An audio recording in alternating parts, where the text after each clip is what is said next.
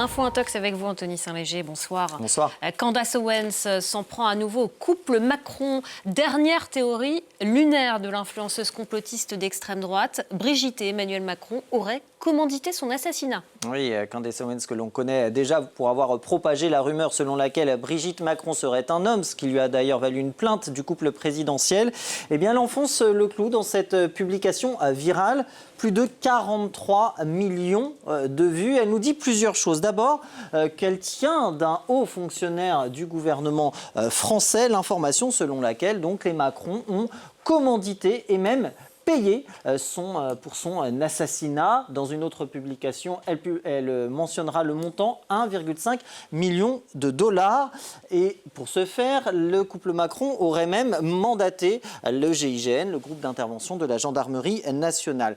Dans cette publication virale, elle déclare également ceci, que le président français en voudrait à la vie de Xavier Poussard. Xavier Poussard qui est lui aussi connu pour avoir propagé, relayé largement cette rumeur transforme concernant Brigitte Macron. Il en a même publié un livre, Devenir Brigitte. Et Candace Owens ne s'arrête pas là, puisqu'elle nous dit aussi ceci, que l'assassin de Charlie Kirk, Tyler Robinson. Charlie Kirk, vous vous souvenez, c'est cet influenceur conservateur tué en plein rassemblement le 10 septembre dernier aux États-Unis. Eh bien, l'assassin se serait entraîné avec la 13e brigade de la Légion étrangère. Et dans une autre publication, elle affirme haut et fort que la Légion étrangère, les légionnaires, sont purement et simplement impliqués même dans l'assassinat de Charlie Kirk. Pourquoi ? Parce qu'il n'y a pas, selon elle, de coïncidence au fait que les légionnaires se soient entraînés avec les Marines 3 semaines aux États-Unis,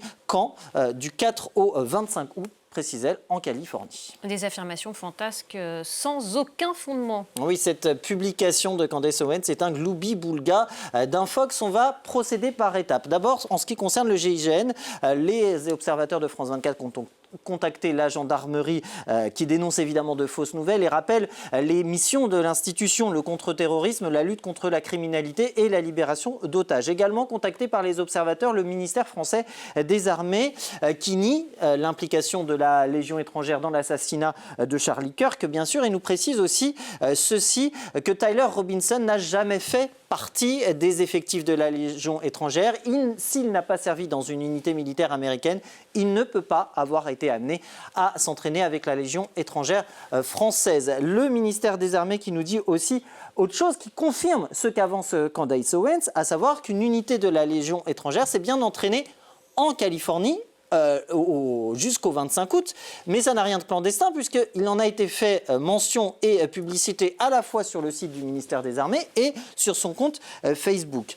Et d'autre part, le ministère des Armées nous dit également ceci, il dément en revanche un entraînement de la Légion étrangère au camp Riley dans le Minnesota. Et pour cause, c'est d'autant plus faux qu'il n'existe pas de camp Riley dans le Minnesota, comme l'a noté Andy Parrish, qui est ancien chef de cabinet d'une représentante républicaine. En revanche, il existe un camp Ripley dans le Minnesota. Il n'y a qu'une lettre de différence, mais ça montre surtout à quel point Candace Owens n'est pas vraiment fiable. Et comment interpréter ce nouvel épisode complotiste ? Eh bien, les observateurs de France 24 ont posé la question à Julien Giry, il est politologue en matière de tout ce qui est lié au complot et au conspirationnisme à l'université de Rennes. Et voici ce qu'il nous dit, c'est comme un feuilleton finalement, il faut toujours aller plus loin, toujours ajouter une couche de complot si vous voulez maintenir votre public en haleine. Cette idée qu'on cherche à assassiner, à faire taire des personnalités qui seraient dérangeantes pour le pouvoir est quelque chose d'assez classique en l'intrigue du complot. En cela, il est rejoint par Rudy Reichstadt, directeur de Conspiracy Watch, qui abonde dans son sens cette fois chez nos confrères du Parisien. On a affaire à des gens dont l'activité principale est de désinformer, de capter l'attention en surfant sur l'actualité et en inventant chaque semaine de nouveaux scoops faits d'accusations sans preuve et jamais vérifiés. Et j'en terminerai là-dessus. Il est aussi intéressant de noter que pour réfuter cette théorie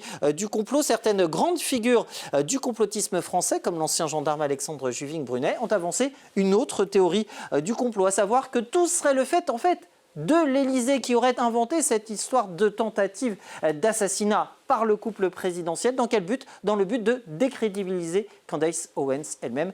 Pas sûr qu'elle ait besoin de ça. Merci beaucoup Anthony Saint-Léger, c'était Info Intox.